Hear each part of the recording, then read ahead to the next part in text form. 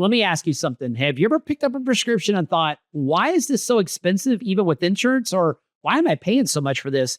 Or even maybe worse, you go to your local pharmacy one day and you get your prescription filled. And the next day you go and you pull in the door and it's locked because they closed. And now that trusted healthcare professional that's in your own neighborhood, your go-to for health information, is gone and closed down. Well, what if I told you there is something going on behind the scenes controlling drug prices, where you fill your prescriptions, and even what you're allowed to know about your own prescription? And what if I told you it may be costing you more money on your prescriptions than it's helping you? And today, that's what we're going to talk about. And I am joined with a personal friend of mine, Monique Whitney, that is an expert in this, to have some good conversation. So Monique, thank you so much for joining me.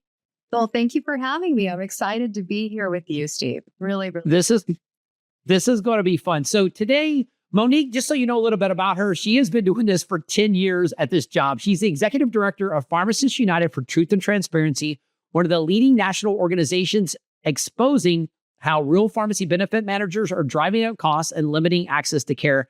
And I know she's worked with so many pharmacists like myself, lawmakers, and patient advocacy groups and patients across the country to bring transparency to a system that most people never see. So let's start with something simple. Why do so many people feel like their medications are expensive, confusing, or inconsistent, even when they have insurance? Sure, that's simple. It's because it is. It's all of those things. It's expensive. It's confusing. It changes all the time. And there's a lot of messaging going on right now that just somehow makes it worse, even if it seems like it's there to help, like the Good RX commercials or none of the other ones come to mind because I think Good RX is so much advertising, but like that, or like Trump RX, right? Something that, is sounds like it's supposed to help, and for some it will, but for a lot of people it won't. It's confusing. Yeah. So what you just said, you mentioned GoodRx, Trump RX. It seems like everybody's out there trying to help the patient, but they don't realize in the process of helping patient, they're missing the most valuable thing, and that's the pharmacist's ability to be there for that patient. And so is there situations, let's just start with this. Is there a chance that somebody could actually be paying more for a drug with their insurance than if they just paid cash for it? Oh, absolutely. 100%. And we can talk about this too. It's a little bit offline from like the everyday patient, but we launched a campaign last year, and the title of the campaign was, "Why Does a $6 drug Cost $211?" What we were really pointing to was TRICARE.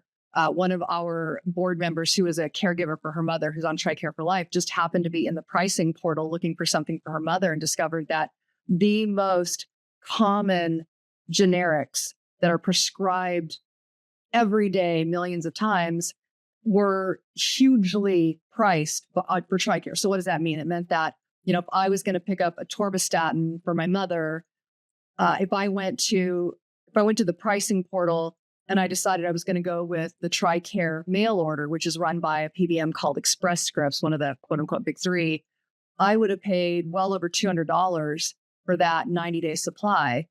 If I'd gone to a cash-only pharmacy, it would have been $6. What's even the point of having insurance if it's going to be cheaper to buy your drugs cash, right? So yes, absolutely, there are instances of that. So that's a good call. So I've heard you use an acronym PBM like 3 or 4 times already. So if somebody's never heard of a PBM, how would you explain that? And it's not as simple. How would you explain that in the simplest terms so somebody can understand what a PBM actually is? Yeah, pharmacy benefit manager. Some people relate to it like it's their pharmacy insurance. And there was a time when it was more common to, pull out your pharmacy insurance card. It might have a little CVS Caremark or something on the corner. These days, a lot of that is now just it's tucked under whoever your primary insurer is, right? So these are companies that are wholly owned by a major insurer. So Aetna, CVS Health, who owns Aetna, also owns CVS Caremark.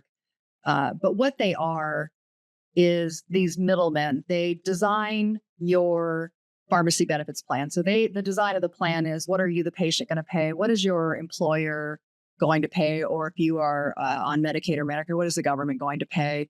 Their claim to fame is that they've saved money.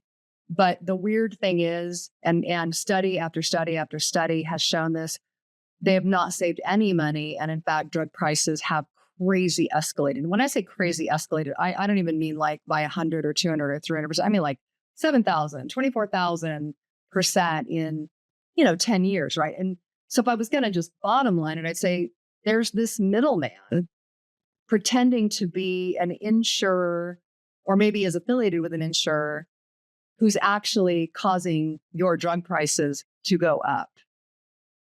Got it. So that middleman, just so I want to shake this out. So in the 80s and 90s, if you owned a pharmacy, you just cash priced everything. Patient paid cash. They submitted to their insurance and they got reimbursed. And in about later 1990s, 2000, there was this middleman that came in, these PBMs at the time that were standalone companies that weren't involved with anything else that actually made it easier for patients. They would actually be there, transmit that claim. It was a special, like you said, the pharmacy side of their insurance.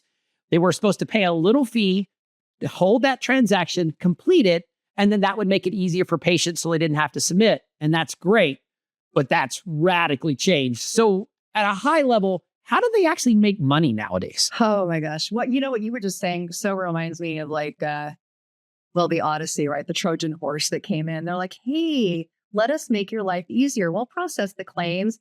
You will know what you pay at the pharmacy counter, Miss Patient, and the pharmacy will know that it's going to get reimbursed. Isn't this wonderful? And so they go in as that, right? But really what starts happening is they then get all this data and then they're able to start building out these revenue.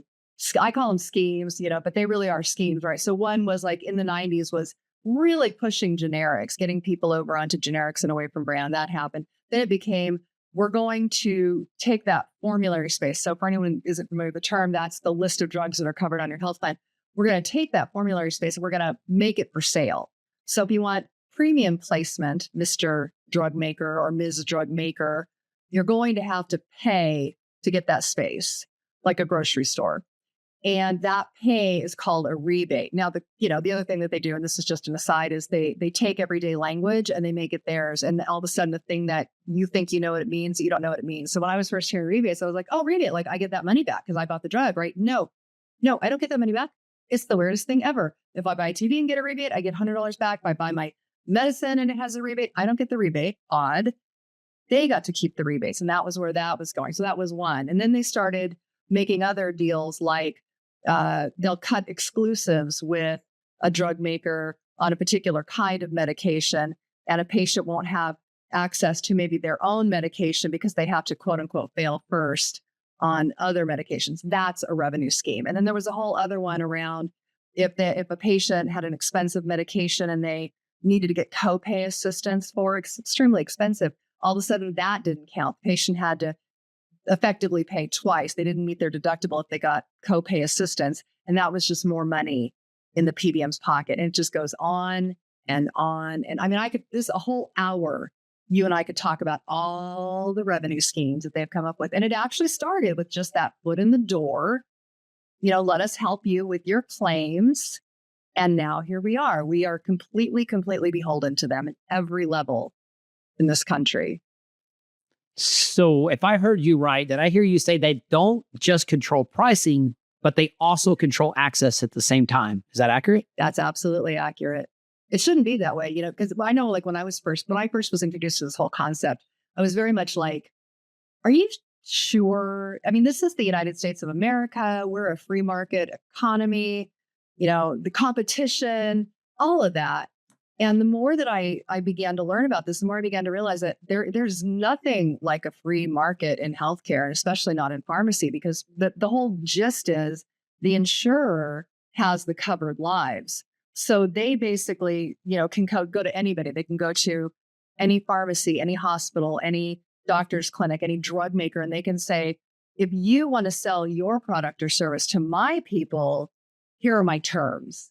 And the terms are just never favorable, especially the bigger they get, because that's, the bigger you are, right? The more leverage that you have, the more you can dictate the terms in your favor. And then the other thing, and just because I get like super excited about this and not in the right way, they've gotten so big, these insurers, that they've started to buy up entire other sections of the healthcare market, including data technology, doctors' offices, clinics, hospitals. It's big, big, big, big, big. And it's creating a system where, you as a patient are no longer a patient. Like I'm Monique and I have 2 kids and, that's no longer that. It's like Monique, 937-332, whatever.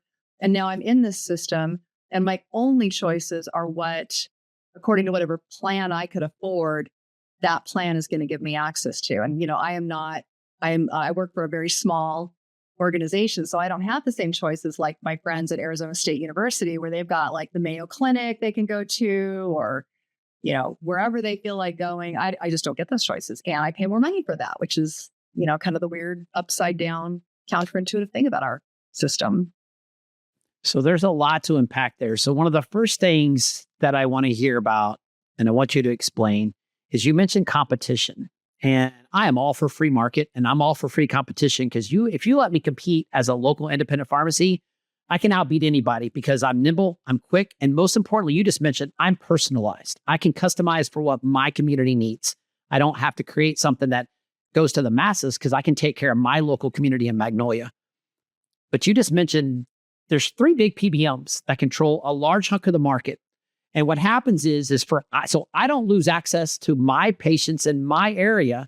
I'm given contracts that would, in a normal contract association, we should be able to negotiate, talk about what's best for them, what's best for me, and let's do a combination. Tell me, does that go on in the PBMs? Am I able to go in there and negotiate a contract and say, hey, I'm going to provide these services and you pay me a fair price? Does that happen with PBMs? I mean, you can ask, right? You could be like, hey, United Health and Optum, I was just thinking, like, to make your contract work for me, I'd like to propose the following. Here's my counter offer to you. I mean, it's free contract. You can ask.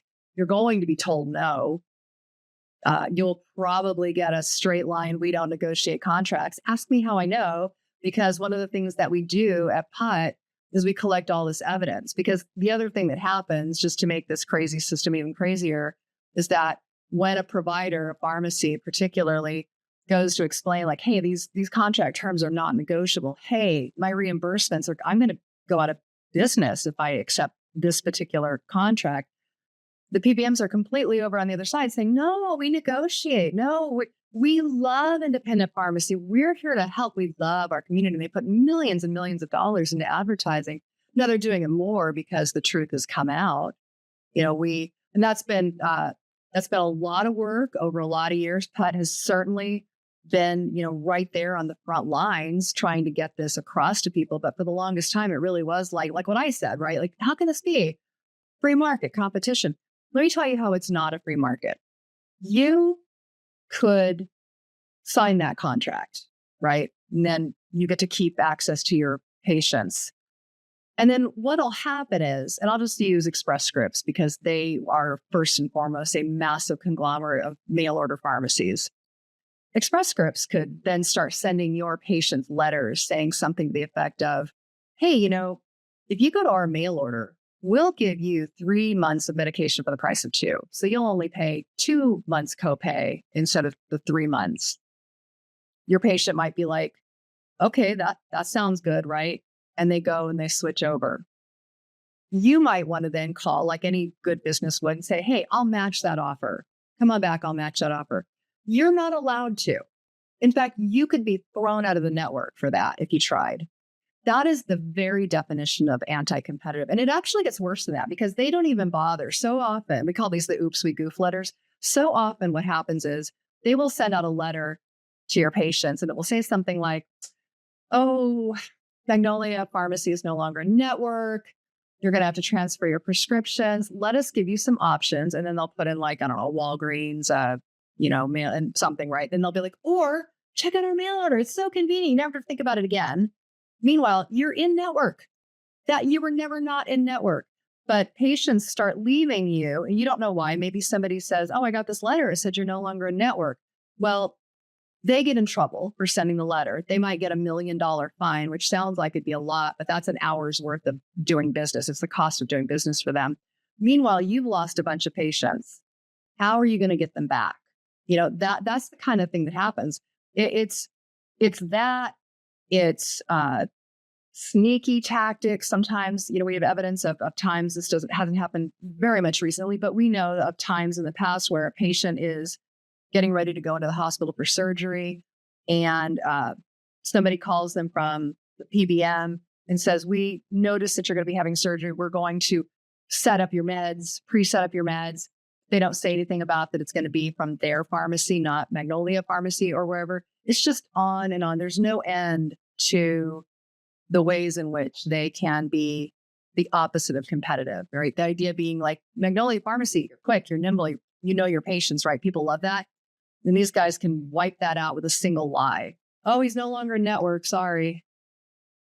So there's pearl number one. If you ever get anything from your insurance, and especially the PBM that says your local pharmacy, which you've used forever, you've got to switch, you've got to change, whatever else, don't do anything until you call that pharmacy. Yes. Because I would agree 1,000% with that. Like that gets missed so often. And unfortunately, you have a little Miss Jones who's sitting in her house that just reads everything as gospel. Oh my gosh, I've got to leave my pharmacy that I've been there forever. And then next thing you know, her quality of care is going to suffer dramatically because what you just said, many of these PBMs, not only this vertical integration, not only do they own the insurance company to start with, but they own their own pharmacy. Yes. And I don't care what mail order pharmacy there is you go to, there is no mail order pharmacy that can compete with the care of your local community pharmacy. And I agree 1,000% with you on that. That is so frustrating that happens. And that's something called steering. That happens a lot. There are some state laws that have been passed to try to eliminate some of that. But that's something called steering because you mentioned something earlier. They have our data. They know exactly what your ID number is. They know your name and they know exactly what you fill. And they will take that from us, even though there's quote unquote firewalls to protect that. They get that all the time. You know that as well as me, right, It's a Wendy? whole lie. The whole firewall thing is such a lie. And we've seen that. We've seen it exposed time and time again. And I think patients are getting wiser to it as well. But what I would hope any patient who's listening to this would understand is that's not normal and it's not okay. That's what the HIPAA laws were put in place for in the first place. It wasn't meant, and it seems logical, right? Like, oh, CVS Health owns everything. Of course they're going to know, my information if I'm going into the hospital. No, that's not normal. Your health information is supposed to be protected and private to you. It's not okay that someone else knows that. And then the other thing too, when you talk about the quality of care, and I mean this respectfully, but so very often we've seen, myself, this has happened to patients that we've talked to, it's happened to, they get routed to call centers. And these call centers aren't set up to deal with any aspect of the patient's dilemma. And very often the call centers are overseas. So you end up in a situation with someone who doesn't have access to the information. They really can't help you. They're basically hired to feed you a line about how sorry they are and sorry for the inconvenience and let us get it just to somebody who can fix it or will fix it. And then it doesn't get fixed. And weird things keep happening. Like patients they keep getting medications they no longer need, or families keep getting medications for someone who's since passed away, which by the way, the plan is still paying for, it's still happening. So you're accumulating massive waste while still charging the government. In most cases, it's the government. So there's fraud there, and it's difficult to stop. It's not for lack of trying. It's that the way the systems are set up, call center without any kind of real authority, trying to communicate with, I guess the big business over here on seas who has no real vested interest in stopping the problem, or at least stopping it quickly. It just keeps going. And I want to make something really clear for those listeners is that I don't want to this podcast is not about poor pharmacies and poor pharmacy owners and we're so mistreated. It is not about that at all. Myself included, in every pharmacy owner I know that does this in a small community, does this and puts their heart out and their risk to make sure their community is protected. And that's the part that gets me. Yeah, we got to make a living and pay the bills. We got employees, we're small businesses. And like I said, nobody will take care of a person in their community like a small local community pharmacy. But I'm going to go back and say it's the patients that ultimately lose when pharmacies are shut down. And if you don't think this is impacting pharmacies, Monique, I'm sure you've got some great data. Pharmacies are closing right and left across this country. And sometimes that pharmacy is the only healthcare practitioner within 20, 40, 50 miles. What impact does that have when a pharmacy does close down in a small town? Oh, it's terrible. You were saying that, and I was just thinking about here in Arizona. So I'm located in Arizona. PUT is a national organization with members in just about every state. I'm in Arizona, which is a giant land acreage state, and we have less than 100 independent pharmacies still left operating here. We're actually closer to about 90.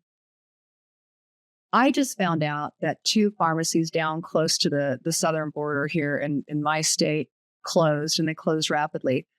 When that happens, and one is very, very close to, it's not a border town, but it's really close to Nogales, and it was the only pharmacy in that area, and they just couldn't keep their doors open. So we're talking about, so in my state, there's not great public transportation to the next town over. People have to get in their cars and drive, and not everybody is able to do that. So we talk about longer drives to get your medication, or go for mail order, which ultimately is going to cost the patient more money over time. And not to mention, and this is a topic we can talk about another day, but what happens to the quality of the medication when it's delivered, especially in a state as hot as Arizona in the summertime.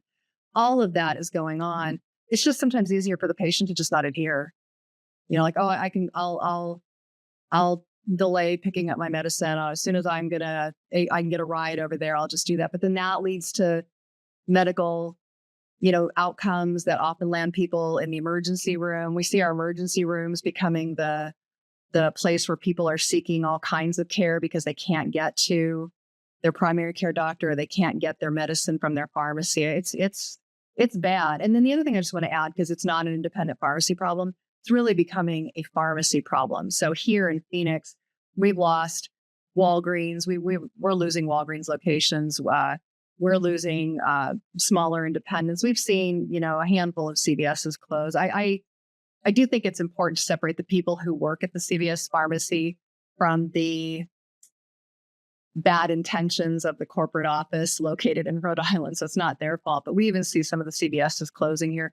I heard a statistic that every day 4 pharmacies close. 1 is an independent. The other 3 are grocery or large retail chains. And it's going to keep happening unless every one of us educate ourselves, which I think is important, not to just keep not to hog the conversation, but even just what you said about, well, it's not about us poor pharmacies. It's not. It's about all of us being educated consumers and understanding this, because what would really be ideal for the insurers is if they could just have all of us believe that this is big pharma. It's all big pharma. They're the only ones that can set the price. But it's not. We've been slowly indoctrinated into a system where we've come to understand that our medicine is just a commodity. You can pick it up with your paper towels. Our doctors are there for our convenience. It's okay to be triaged all over the place. You don't have to get a specialist referral anymore, right? But you still have to be triaged. And that sometimes the only place you can get immediate care under this new system is your urgent care or your emergency room. And that is just driving. It's not even like little incremental upward costs. It's crazy, crazy, crazy expenses. $360 billion a year, I think, just from the pharmacy side, just from people not having access to their medication. I mean, what's the solution here, right? No, and you said something too that I want to go a little deeper in. Your local community pharmacy, their main business is filling prescriptions. And so through all these years, if that is some part of the business that they can't at least survive on, they don't have an existence unless we learn different ways to survive. But you've even got CVS, Walgreens, the local grocery store that are closing down pharmacies, because in the old days, they could sell enough alcohol and cigarettes and candy out front, and the pharmacy was there. But now they can't even sell enough of that to stay in business. So that just goes to show, because sometimes I feel like people are like, well, you're a small independent pharmacy, you should adapt, and it's just the way nature is. But it's not that. You've got large multi-billion-dollar chains that are rolling up shops in towns too. So it's a pharmacy problem, and I think everybody knows that. So that's a good call out. One of the things, it's like everything's coming to the rescue right now. And so one of the things is, I don't know about you, but I am so sick and tired of receiving prescriptions on the bottom that say, hey, use this GoodRx number. But then you cut it on TV. They got Super Bowl ads. They're making money, but it's a discount card. So how are they actually making money? Is it really a discount? Yeah, no, it's not a discount. And I have a lot to say about GoodRx. Our president is actually the named plaintiff on a lawsuit against GoodRx for some unsafe, unseemly practices that have been going on. No, the short answer is this. So, yes, they have a lot of money to advertise, and they're great at these heartstring, ads, like the waitress who comes in the middle of the night with her two baby children, and the asthma medication is too much. And so she's crying as she walks away. And the pharmacist is like, use this GoodRx card. That is not the reality of GoodRx. GoodRx, first of all, it's not 100% clear where they even get their pricing from. I've talked to many, many pharmacists over the years who say, like, someone will come in and they'll say, well, GoodRx says that you charge this amount. The pharmacist is like, well, first of all, we don't.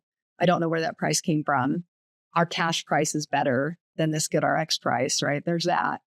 But then there's also GoodRx is a data company, first and foremost. Like every major platform out there, it could be Uber, it could be Airbnb, it could be, GoodRx. They are there for the data.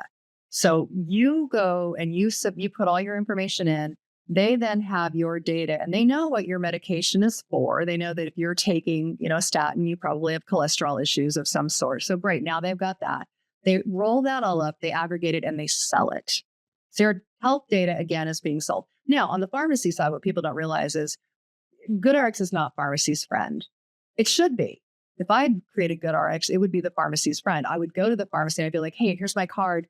Let me help you drive business to your pharmacy, right? No, what they do is they charge a fee on top of the fees that PBMs already charge, on top of all the other things. And it's just one more way that the pharmacy ends up paying for something they don't have any real control over. So, GoodRx is not at all what it seems. Just like every other tech company out there, the guy who founded it is a multi-billionaire. He's doing fine. That's how you can afford the Super Bowl ads. That's how they can afford, the gloss in the advertising. It's there. I recommend to patients, always talk to your pharmacist first. The single best thing you can do for your healthcare, and I'm so not even kidding about this, is make friends with your pharmacist and the staff.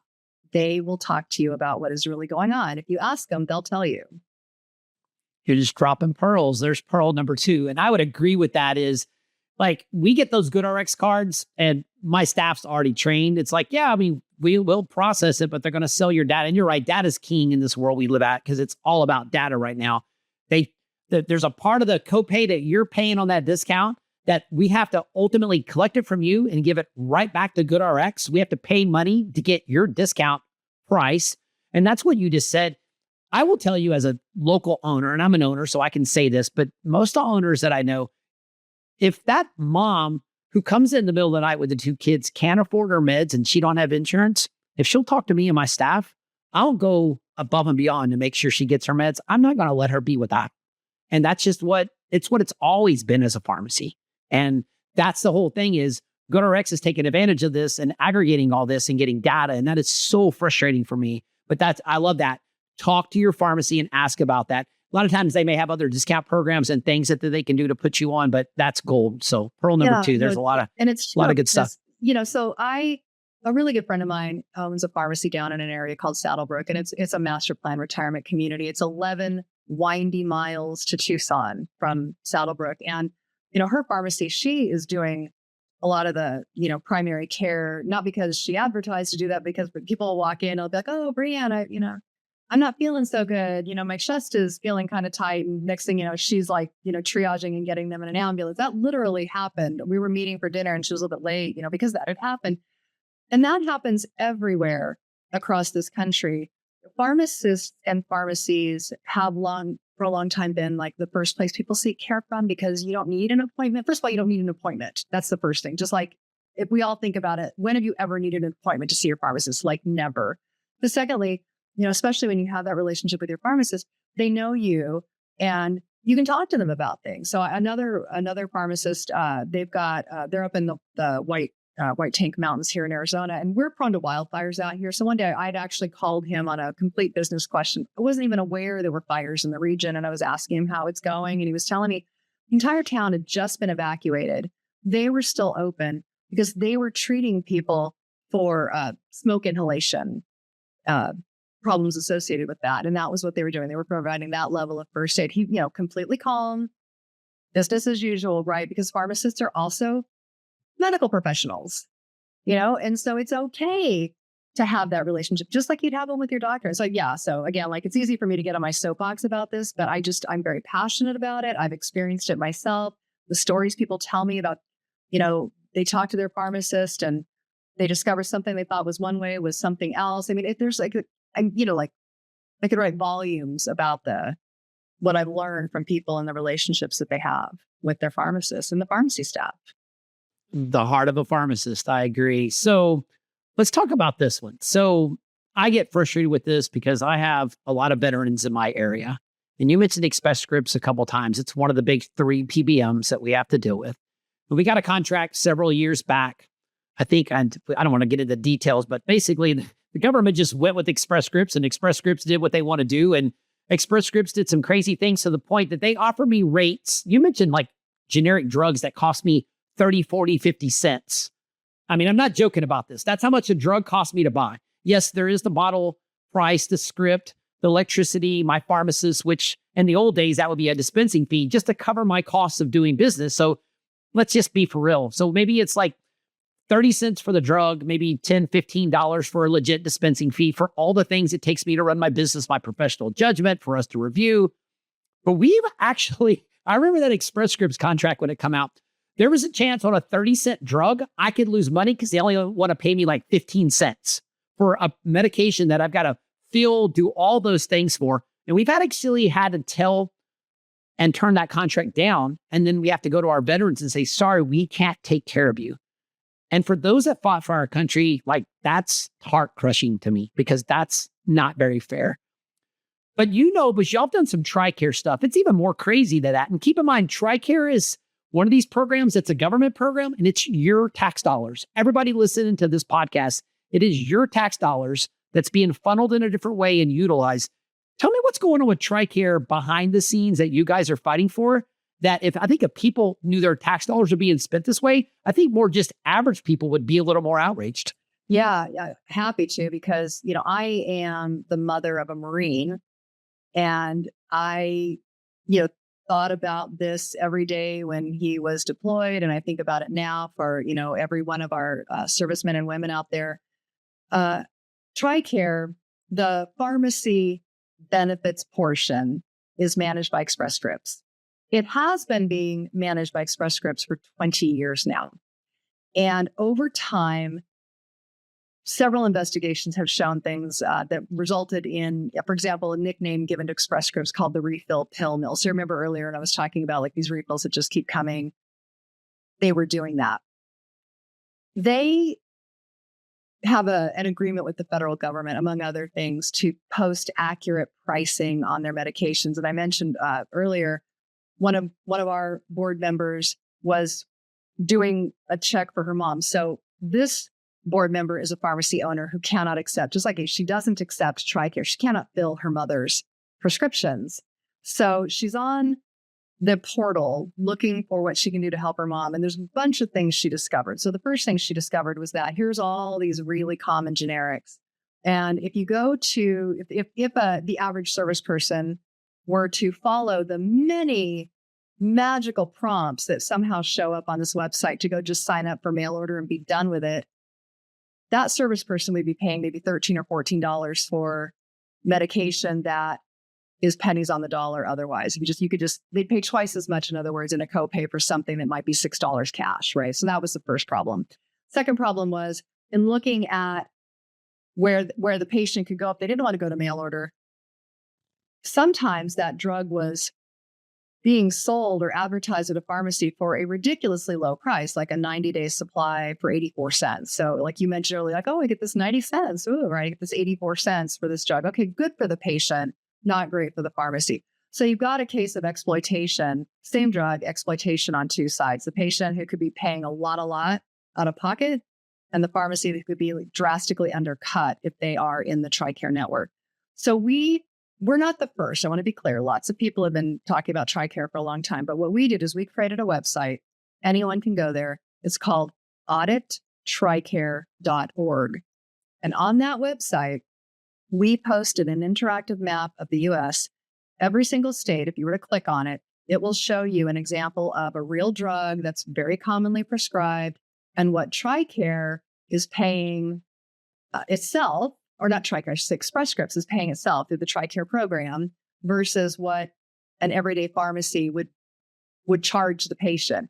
And the disparity is huge. So on the one side, you see a patient who could have just gone and gotten it for cash somewhere for $6. Everybody would have been okay. Or they could pay a ton and, go through the TRICARE program. Or they could go through the TRICARE program, go pay probably very little at the local pharmacy, and the local pharmacy would never say anything about it, but they would be drastically underpaid. So we are calling for a full third-party transparent audit of the TRICARE Pharmacy Benefits Program. And what I'm excited to say about that, just so you know, is that picked up traction when we came in with our maps. Again, it wasn't because we said it, right? But it was like, I think we were there at the right time with the right visuals to show this is really what it looks like. If you're the pharmacy, if you're the patient, if you're the service member, if you're the taxpayer. And we're seeing good traction with that. So there's some legislation that is pending in Congress right now that is calling for an audit and transparency. And ultimately what we would like to see is not just the audit of Express Scripts, but we'd like to see better providers going. Because, we talk a lot about the big three, Steve, but the truth is there's actually 6 big PBMs, and the 6 big ones have more than 90% of the market. That means more than 90% of every prescription is going through one of these 6. And yet there's, 40 or 50 PBMs out there who could be doing a great job if given the opportunity, and it wouldn't cost money like it costs right now. No, and that's a good call out. And if you get a chance, go to that website, check it out, and pull up your state and look at the cost disparity of what the mail order pharmacy that Express Scripts owns is getting paid versus what the local pharmacy's paid. It like she mentioned, it's not like 100%, 200%, it's like 10,000% more. It's the crazy, like you can't even make this up. Like that's the crazy stuff as far as it goes. Express Scripts came back and said, and again, it was an oops, we goofed. Oh, we didn't realize that we hadn't updated it in so long. Even though by contract, they are required to do that. How can you do that to our service people? How could you not keep updated prices? My God, these people have put their lives on the line for us. The least you could do is get your, programmers to keep the prices up to date. But the truth is, that's probably wasn't what was going on. It was like, oh, look at us. No, you get away with it while you can. Yeah, that's for sure. Exactly. So here's one for you. I love to travel, but I really don't like going to Washington, D.C. And I go there a ton, more than I want to for pharmacy advocacy. And this is one of the things I'm there for. This and compounding. I go more than I ever want to. Also, with my state capital, when we're in legislative session, we're knocking on doors, telling the same exact story. Yeah, it's a big job. And this state capital is larger than our state country's capital. So, we live in tumultuous political terms where 2 people on each side of the aisle can't even agree what color water is. Honestly, that's how crazy we live in. But this is one topic that's so egregiously wrong. You've got Republicans and Democrats that hate each other on every other issue that agree on this, which makes me as a pharmacist get frustrated when we keep going to Washington, telling our story, and they're all like, yeah, let's do something. Nothing happens. Why is that? Well, I have my theories, and it has a lot to do with the leverage that the opposition, the PBMs, the giant insurers have. And I don't necessarily mean money, though there is that. They've made so much money. For anyone who's listening, if you are a fan of looking at who are the largest corporations, definitely go check out in the Fortune 500 who's sitting in the first 10, because CVS is there, United Health is there, and these guys don't do, they just collect money. They collect money and they say no. That's what they do, right? So yes, they write big checks for lobbying and stuff. But my theory is that is so much more about leverage. Like, okay, so if they get kicked off of the Medicare program, they no longer can provide Part D services or even, their Medicare Advantage program. What happens to all those people? And I think that's what stops the lawmakers cold. We get a lot of bizarre excuses. And if you're a common sense person, and I am, and so is everybody who's listening to this, if someone were to say to you, oh, if I'm completely transparent with you about how I price these drugs, it's going to cost you more now that you know, which is some weird way of saying I'll have to kill you. Like if I show you, I have to kill you. If I tell you, I have to kill you. It doesn't make any sense, right?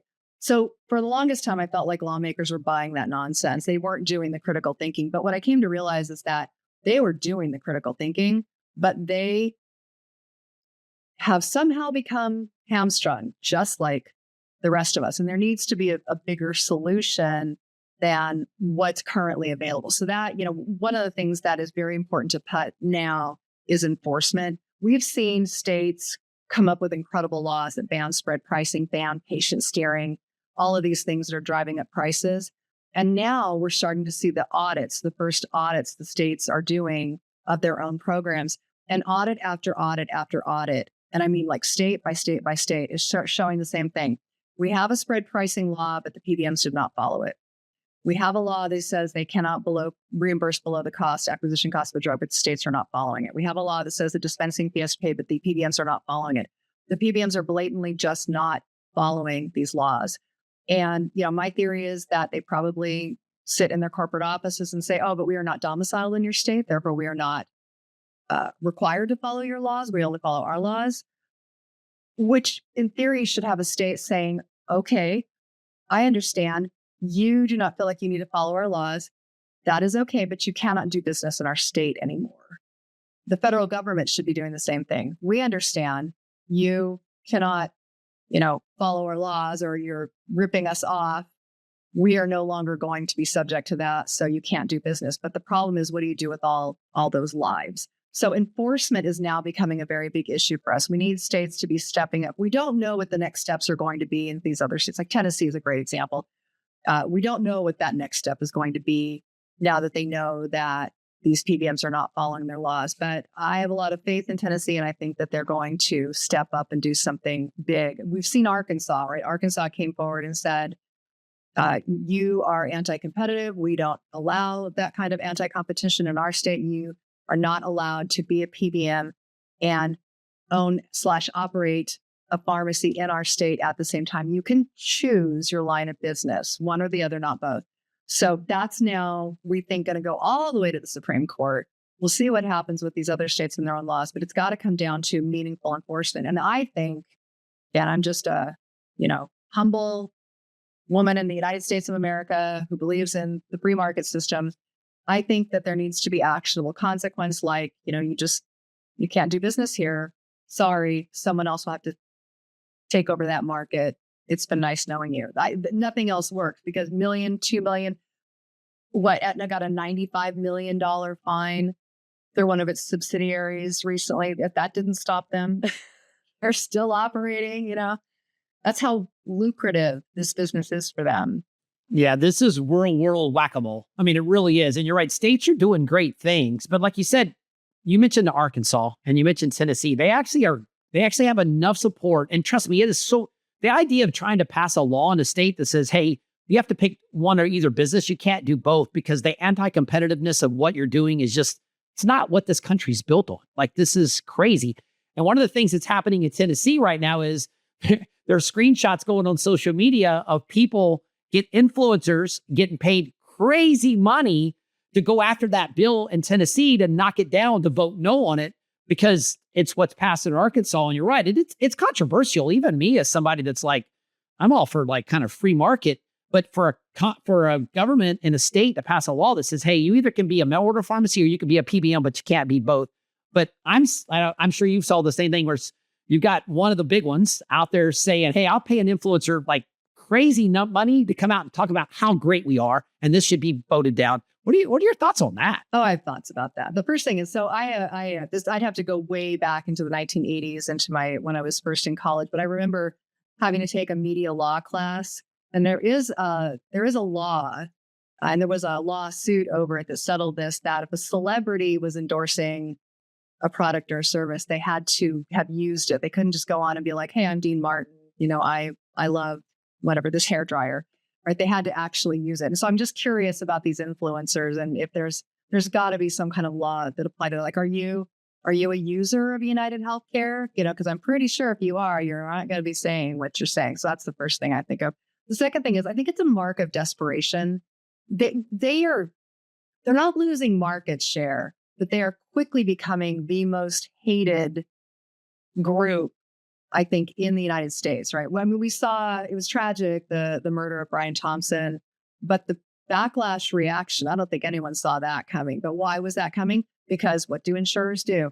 They collect your money, they make big promises, and then when the time comes and you need them, they will almost always deny your claim at least once. And with AI and all the stories coming out about AI is now processing denials, people hate that. They wonder, why have I put that money in, right? So going back to these influencers, that's dangerous territory. I think money's great. I'd love to get, what is he getting, like $13,000? $13,000 to do one video. Yes. $13,000 for video. Yeah, I'd love to get paid $13,000 to do a video, but I'm not sure I'd want to be the face of one of the most hated organizations on the planet, right? Yeah. I totally agree. So somebody listening today, I'm sure something we've said touches base, is close to heart. They've dealt with this, they've heard this, they've done with this. So what's one thing things that patients can do to make sure starting tomorrow, if they feel stuck and they're dealing with this, that they can make change and make sure they're protected in this crazy pharmacy PBM community? The first thing is, you've got to speak up. You've got to speak up. So if you are a patient who is great with social media, and by great with social media, I mean, you use it, right? I'm of that age where social media came in my mature adult life. So I'm not as facile as perhaps my 30-year-old daughter is, right? But if you use social media, that's a great place to start speaking up, voice your complaint, tag CVS or United or whomever. And I'll tell you why. That seems to be one of the ways that we get them to move the fastest as consumers. So complain, speak up on social media. But I would say don't stop there. Also, you've got to talk to, most states have a place where you can issue a complaint. You've got to talk to your state about it. And the reason for that is because so very often what happens is we go into the start of the legislative session. For patients, what all of us patients should know is that our providers are our best advocates for us when they're going down to the state capitol. But it's hard when they go in and there isn't a lot of evidence backing it up. So patients who take the time to contact their Department of Health or the Department of Insurance and just say, I had a bad experience, this is what happened, that helps because that gets documented. So speaking up there. And then the other thing I would say is definitely be, talking to your pharmacist, talking or your primary care physician, be talking. And then there's one last group I would recommend, and it's not that hard to do, and that's to talk to your state legislature and talk to your federal legislator. They have websites for these things. You can get on that website. You can just let them know this thing happened. They're not just there to take the complaints. You'd be amazed how many of them pick up the phone and do something about it. I'm originally from New Mexico, and my parents have a great relationship with one of the senators out there. And so they're frequently reporting on things that aren't right that happen with Medicare. So speak up. I know it can be awkward. I don't want to be the complainer. Trust me when I say they want to hear these complaints. Because like you just said, it's a bipartisan issue now. Everybody understands that this is bad. It's just how, unless the patients also create that upward pressure, it will take longer to solve that problem. So this has been great. You've shed a lot of light on a really back room type conversation, because I really feel like PBMs want to stay hidden as much as they can and as much transparency as we can put on as we can. You're in charge of PUT. This is what you do every day. People want to learn more about you and what PUT does. Where can they find that information? I would love for people to find us. First place to go to is our website. It is TruthRx, truth like tell the truth, truthrx.org. Go there. Also follow us on any of our social media platforms. We're constantly posting. We post information. We have a great newsletter that we put out that aggregates information happening across the country. But we love also talking with patients. Our organization was founded by independent pharmacy owners in 2011, if you can believe it, way ahead of this curve. But the patients are when we hear those stories, we're here to help. We have a great network, but it helps to know, that we can be there to help. So if anyone is listening to this, whether you're a pharmacy owner, a pharmacist, a technician, or you're a patient, please contact us. Very cool. Like I said, we started out earlier, this is not a pharmacy issue. This is a patient issue. And anybody listening, this affects you, because at some point, almost everybody in this country gets a prescription at one point or another. And This system's broken, it's complicated, and it's really driving up pricing for prescriptions and drugs. And it has even nothing to do with big pharma, and it has nothing to do with the pharmacy itself. So pay attention. I'd love to get your comments down below about what you think about this and that. But at the end of the day, like you said, it's more than prescriptions. It's about access. It's about trusting your local pharmacy, and it's about having that relationship. And that's what's so key. And Monique, I want to thank you today for sharing your information. Thank you. Thank you so much. And just thank you to all the listeners out there for everything I know you all are doing. Awesome. Thanks so much. Have a great day. Thank you.